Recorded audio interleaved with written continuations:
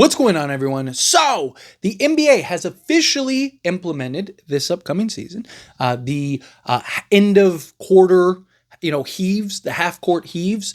So, they experimented with this in Summer League. You saw players kind of chucking them up and throwing them up.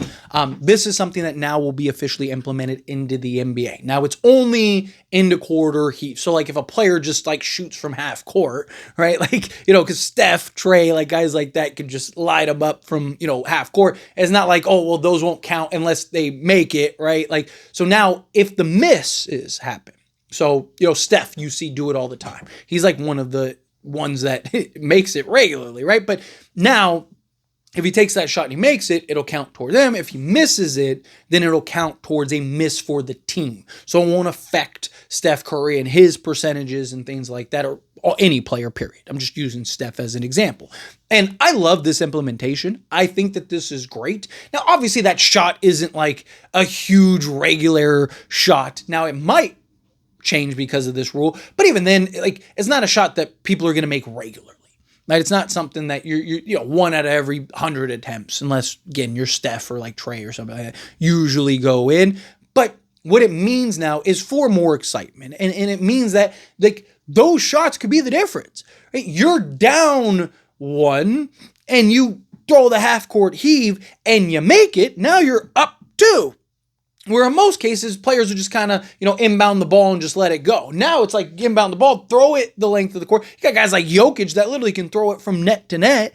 Right? Like, so I think that is a way to kind of incentivize players now to do that, because you have players that have, like, they have stipulations in their contracts to, get incentives and stuff if they have a certain percentage or they, hit a certain amount of shots or whatever, right? Like, so you don't want you have players that are reluctant to do that because they don't want to mess up their 3-point percentage, right? Or if you're a guy that's like, close to like a 50, 40, 90, why would I half court heave to where, that now lowers now I got to make 3 to make that up, right? Like, so now you have all these little, situations to where players might be reluctant to throw that shot are now going to be willing to do so because it doesn't affect them individually and it goes to a team miss. And I love that, right? Because, again, that could be the difference in several sequences.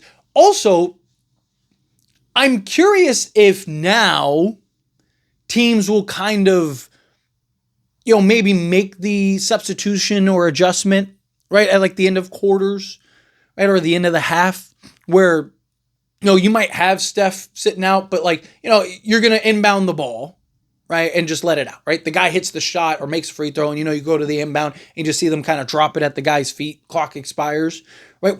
Do teams kind of maybe strategically implement that now to where it's like, okay, no, let's get Steph in. Let's get our shooters in, the guys that can hit those shots. Let's bring those guys in and actually inbound the ball and try to get them. There's 1.1 second left, and instead of that guy, trying to throw it across court, boom, just inbound it, take a step, heave it, and then if you make it, it's great. If you don't, you don't. Right? I'm not saying it's going to be like this, like super strategic. Like teams are going to be like, okay, we're gonna have our 15th guy. That's just all he's dedicated to. Nothing like that, right? It's not going to be like, we're just going to have like a punt returner or just like a punter, and like that's all he's gonna. Nothing like that. But I just mean, like, would teams be more incentivized to kind of actually run a play, run a sequence out of it, and maybe even practice it, where it's like, hey, whatever, we'll just stick with the Warriors, using the Warriors example, like Pod, Steph, Buddy, guys like that, where it's like, hey, let's bring all those guys in. Let's have all those guys, everybody that we think can hit a half court shot, bring them in, have, Draymond inbound the basketball, get it to those guys, and then boom. Or again, like you get Jokic, who we've seen throw it court to court, right? You have Jamal Murray inbound the ball rather than just dropping it at Jokic's feet. No, they're actually running a play design. Do opposing teams actually defend that at some point, right? Especially if it is a crucial point, right? At the end of a game, whatever, at the end of a quarter, all of that. I think that obviously when it gets made, it's exciting, right? It's like, oh, right, it's cool, it's a moment, right? So like, I do think it'll add some more excitement to it, and I do think you'll see you'll see the shot made more because it'll be taken more.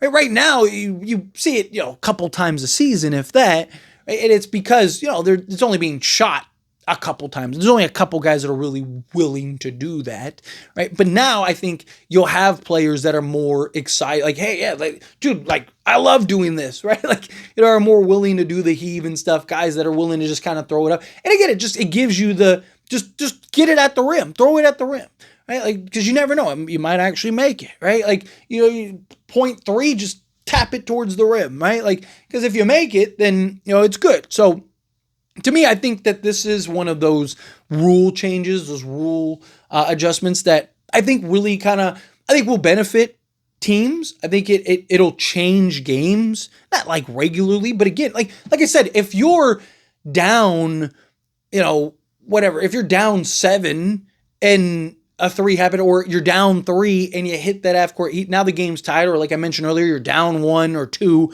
now you have the lead going into halftime. That could be a momentum changer. That could be a game shifter, right? And again, even just like, there's a major difference in the NBA between being down 10 at halftime and being down 7, right? So, regardless, I think that could be a difference. There's a lot of times where it won't be, and there's a lot of times now where it isn't, right? A guy will hit a half-court shot, it doesn't really change anything. They still get ran through, right? Like, and then you have times where, the team, is up 3. You're going to have that, right? Again, just the other way.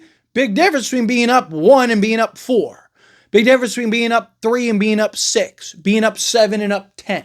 Right? So you're going to even have it from the other side of things where the team that's winning is going to throw that up, try to get that in, because if they make it, again, now you're going into the half with the momentum, the crowd's all amped, like, oh, you're amped, right? Like, it just, again, it can be a bit of a pendulum swing for teams, right? I could see that maybe changing the outcome here and there for a game. Like, let's say 1 out of every 100 attempts right now, like, it changes the course of the game. Right? Well, now if you're getting, say, 500 of those attempts now, because players are more willing to do so, because again, it's the end of every quarter. So, you're going to have more attempts. I think 500 might be underselling it, but let's just use that as a number, right? So if 1 out of every 100, well, now that's 5 more that are doing that. So it's 5 different games, right? And if you're a team that hits multiple in a season, then, that could change multiple games. That could win you a game or two that you don't think. And obviously, it changes games at the end of the quarter, right? But that is something that implements regardless, right? But you might have, you have teams that are like, oh, we're down 3. Like, I'm not going to do the game's over. Just inbound the ball or whatever, where you might have guys that do kind of heave it and stuff. So I think that this could be a fun, potential exciting kind of game change.